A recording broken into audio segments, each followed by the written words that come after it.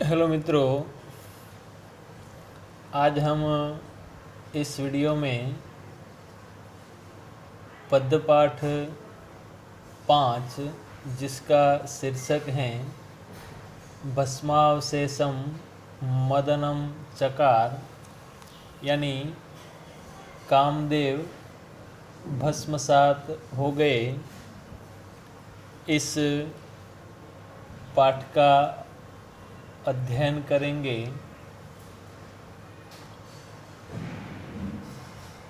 संस्कृत साहित्य में 5 महाकाव्यों में कुमार संभवम का भी सुप्रसिद्ध स्थान है। प्रस्तुत पाठ इस महाकाव्य से उद्धृत किया गया है। इस महाकाव्य के नायक और नायिका विश्व के माता पिता भगवती पार्वती एवं भगवान शिव हैं। उनके विवाह प्रसंग का निरूपण कुमार संभवम का मुख्य विषय है। प्रस्तुत पाठ में समाविष्ट 8 पद्य उनके विवाह पूर्व की एक सुप्रसिद्ध घटना, जो कि मदन दहन के नाम से प्रसिद्ध हैं, तो इसी घटना का वर्णन जो है तृतीय सर्ग के अंदर कालिदास ने सुंदर रूप से किया हुआ है। इसे सर्ग से हमारे इस पाठ में 8 पद्य जो हैं वो लिए गए हैं। इस पाठ का विषय प्रवेश कुछ इस प्रकार है कि तारकासुर नामक दैत्य के द्वारा देवताओं को भयंकर त्रास दिया जाता था। इस दैत्य के त्रास से मुक्त होने के लिए देवतागण ब्रह्मा जी के पास गए तथा इस त्रास के निवारण का उपाय पूछा। ब्रह्मा जी ने देवताओं से कहा कि शिव एवं पार्वती का पुत्र सेनापति बनकर तारकासुर के साथ युद्ध करे तथा उस युद्ध में तारकासुर का वध हो, तभी वे इस त्रास से मुक्त हो सकते हैं। इस कार्य की सिद्धि हेतु प्रथम तो शिव एवं पार्वती का विवाह हो, यह आवश्यक था। अतः इस कार्य को सिद्ध करने का दायित्व देवताओं ने कामदेव को दिया। उसी घटना का वर्णन यहाँ हमारे इस पाठ में देखने को मिलता है। भगवान शिव हिमालय पर तपश्चर्या में लीन थे और पार्वती उनकी परिचर्या में संलग्न थी। यहाँ कामदेव आते हैं तथा उनको दिए गए कार्य को सिद्ध करने हेतु सन्नद्ध होते हैं। कामदेव के सहयोग के लिए वसंत ऋतु भी उपस्थित होती हैं। असमय वसंत ऋतु का आगमन होता है। वसंत ऋतु के प्रभावक वातावरण में पार्वती भगवान शिव को कमल गट्टे की माला पहनाती हैं। इस अवसर हेतु प्रतीक्षारत कामदेव सक्रिय होकर सम्मोहक नामक बाण को धनुष की प्रत्यंचा पर चढ़ाकर साधते हैं। भगवान शिव क्षण भर विचलित होते हैं पर पुनः तत्क्षण संयमित हो जाते हैं। कामदेव की इस कुचेष्टा से शिव क्रोधित हो जाते हैं तथा स्वयं के तीसरे नेत्र से कामदेव को भस्मसात कर देते हैं। यही मदन दहन की घटना का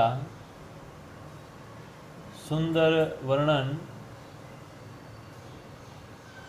कालिदास द्वारा किया गया है और वही 8 पद्यों में यहाँ उपजाति छंद में प्रस्तुत किया गया है। सबसे पहले पद का अध्ययन करें। अथोप निन्ने गिरीशाय गौरी तपस्विने ताम्र ऋचा करेण विशोषितां भानुमतो मयूखैर मंदाकिनी पुष्कर बीज मालाम। अब इसका अन्वय देखें। अथ गौरी तपस्विने गिरीशाय ताम्र ऋचा करेण भानुमतः मयूखैः विशोषितां मंदाकिनी पुष्कर बीजमालाम उपनिन्ये। अब उसके थोड़े शब्दार्थ देखें। ताम्र ऋचा यानी तांबे के समान कांति से युक्त अथवा तो लालिमा युक्त। मयूखैः यानी किरणों से। पुष्कर बीज यानी कमल बीज अथवा तो कमल गट्टे। उपनिन्ये यानी अर्पण की। अन्वय के हिसाब से अब इसका अनुवाद देखें। अथ गौरी तपस्विने गिरीशाय ताम्र ऋचा करेण भानुमतः मयूखैः विशोषितां मंदाकिनी पुष्कर बीजमालाम उपनिन्ये। क्योंकि अथ गौरी यानी तत्पश्चात पार्वती ने गिरीशाय यानी तपस्वी शंकर को ताम्र ऋचा करेण तांबे के समान कांति से युक्त हाथ से भानुमतः मयूखैः विशोषितां सूर्य के किरणों से सुखाई गई मंदाकिनी पुष्कर बीज मालाम उपनिन्ये। मंदाकिनी के कमल गट्टों की माला अर्पण की।